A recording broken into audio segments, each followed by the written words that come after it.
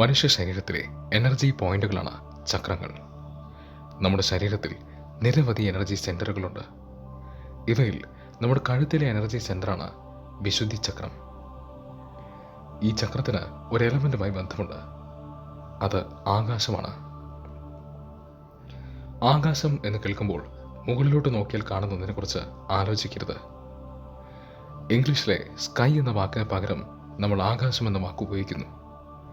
പക്ഷെ ആകാശം എന്ന വാക്കിന് കുറെ കൂടി ആഴമുണ്ട്, കുറെ കൂടി വലിയൊരു അർത്ഥമുണ്ട്. സാഖ്യ ഉൾപ്പെടെ നിരവധി ഭാരതീയ ദർശനങ്ങൾ പ്രകാരം ആകാശം എന്നത് പ്രൈമോഡിയൽ സബ്സ്റ്റൻസ് ആണ്, അതായത് ആദിമ വസ്തു. പറയുന്നത് ആകാശമാണത്രേ ആദ്യത്തെ വസ്തു.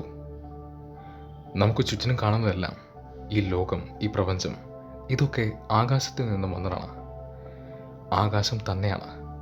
ആകാശത്തിൻ്റെ പല പല രൂപങ്ങളാണ്. ആകാശത്തിൻ്റെ ഫ്രീക്വൻസിയിൽ മാറ്റങ്ങൾ വരുമ്പോൾ അവ മറ്റു വസ്തുക്കളായി മാറുന്നു അത്രേ. തന്ത്രയോഗ പറയുന്നത് മനുഷ്യ ശരീരത്തിലെ ഈ ആകാശത്തിൻ്റെ റെപ്രസെൻറ്റേറ്റീവ് നമ്മുടെ കഴുത്താണ് എന്നാണ്. ഇതുകൊണ്ടാണ് സംസാരശേഷിക്ക് വലിയ പ്രാധാന്യമുള്ളത്. മനുഷ്യനെ മറ്റു ജീവികളിൽ നിന്നും വ്യത്യസ്തനാക്കുന്ന ചില കാര്യങ്ങളുണ്ട്. അതിൽ പ്രധാനപ്പെട്ട ഒന്നാണ് സംസാരിക്കാനുള്ള കഴിവ്. നമ്മുടെ കഴുത്തിനുള്ളിലെ വോക്കൽ കോഡ്സിന് നമ്മുടെ സംസാരശേഷിയിൽ വലിയ പങ്കുണ്ട്. മനുഷ്യനെ കൂടാതെ വേറെയും ചില ജീവികൾക്ക് വോക്കൽ കോഡ്സ് ഉണ്ടെങ്കിലും അവയ്ക്ക് ശബ്ദം മാത്രമേ സൃഷ്ടിക്കാൻ സാധിക്കുന്നുള്ളൂ. നമ്മുടെ വോക്കൽ കോഡ്സ് ഒരു പ്രത്യേക രീതിയിൽ ഇവോൾവ് ചെയ്തത് കൊണ്ടാണ് നമുക്ക് സംസാരിക്കാൻ സാധിക്കുന്നത്. വാക്കുകൾക്ക് വലിയ ശക്തിയുണ്ട്.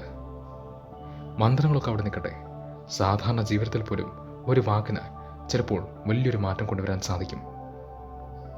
ഉദാഹരണത്തിന്, ഒരാൾ വളരെ സമാധാനത്തോടെ ഇരിക്കുകയാണെങ്കിൽ അയാളെ പോയി ഒരു ചീത്ത വാക്ക് വിളിച്ചാൽ മതി, അയാളുടെ സമാധാനമൊക്കെ അപ്പം തീരും. ഒരാൾ വലിയ വിഷമത്തിലിരിക്കുകയാണെങ്കിൽ സ്നേഹത്തോടെ സമാധാനം നിറഞ്ഞ വാക്കുകൾ നമ്മൾ സംസാരിക്കുകയാണെങ്കിൽ അയാൾക്ക് ഒരൽപ്പം ആശ്വാസം ലഭിച്ചേക്കും. പറയുന്നത് ധ്യാനത്തിൽ എല്ലാ ചക്രങ്ങൾക്കും ഒരേ പ്രാധാന്യം കൊടുക്കണം എന്നാണ്. ഏതെങ്കിലും ഒരു ചക്രത്തിന് മാത്രം കുറച്ച് കൂടുതൽ പ്രാധാന്യം കൊടുത്തു കഴിഞ്ഞാൽ ആ ചക്രത്തിൻ്റെ ക്യാരക്ടറിസ്റ്റിക്സ് മാത്രം കുറച്ച് കൂടുതൽ ഡെവലപ്പ് ചെയ്യുമത്രേ. പറയുന്നത് വിശുദ്ധി ചക്രത്തിന് കൂടുതൽ ഫോക്കസ് കൊടുത്ത് മെഡിറ്റേറ്റ് ചെയ്യുകയാണെങ്കിൽ ഇത്തരത്തിലുള്ള ആൾക്കാർക്ക് മനോഹരമായ ശബ്ദം ലഭിക്കും എന്നാണ്. ഇവരുടെ ശബ്ദത്തിന് ഒരു പ്രത്യേക മാധുര്യമുണ്ടാവുമത്രേ. ഇവർക്ക് നന്നായി പാടാനും സാധിക്കും. വിശുദ്ധി സിദ്ധി എന്നൊന്നുണ്ട്. ഇത് കിട്ടിക്കഴിഞ്ഞാൽ ഒരാൾ മണ്ടത്തരം പറഞ്ഞാൽ പോലും അത് കേട്ടിരിക്കാൻ രസമാണത്രേ. പറയുന്നത് ധ്യാനത്തിൽ ഒരാൾ വിശുദ്ധി ചക്രത്തെ സ്പർശിച്ചു കഴിഞ്ഞാൽ അയാളുടെ ബോധം വളരെയധികം ആഴം കൈവരിച്ചിട്ടുണ്ടാവും എന്നാണ്. അയാളുടെ ബോധം വളരെയധികം സട്ടിലായിട്ടുണ്ടാവും. അത് ആകാശത്തിൻ്റെ അവസ്ഥയിലേക്ക് എത്തിക്കണം. ഈ സ്റ്റേജിൽ അയാൾക്ക് ആകാശത്തിൻ്റെ ഫ്രീക്വൻസി കൺട്രോൾ ചെയ്യാൻ സാധിക്കുമത്രേ. വിശുദ്ധി ചക്രത്തെക്കുറിച്ചുള്ള ഒരു കാഴ്ചപ്പാടാണ് നിങ്ങളിന്ന് കേട്ടത്. വ്യത്യസ്തമായിട്ടുള്ള മറ്റു കാഴ്ചപ്പാടുകളെക്കുറിച്ച് നിങ്ങൾക്കറിയാൻ താല്പര്യമുണ്ടെങ്കിൽ, ആ അറിവ് നിങ്ങൾക്ക് നേടാൻ ആഗ്രഹമുണ്ടെങ്കിൽ തീർച്ചയായും കമൻറ്റ് ചെയ്യുക. വരും ദിവസങ്ങളിൽ അതിനെക്കുറിച്ചും വീഡിയോ ചെയ്യാം. ഇന്നത്തെ വീഡിയോ നിങ്ങൾക്ക് ഇഷ്ടമായെങ്കിൽ തീർച്ചയായും വീഡിയോ ലൈക്ക് ചെയ്യൂ. ഈ നല്ലറിവ് മറ്റുള്ളവർക്ക് ഷെയർ ചെയ്യൂ.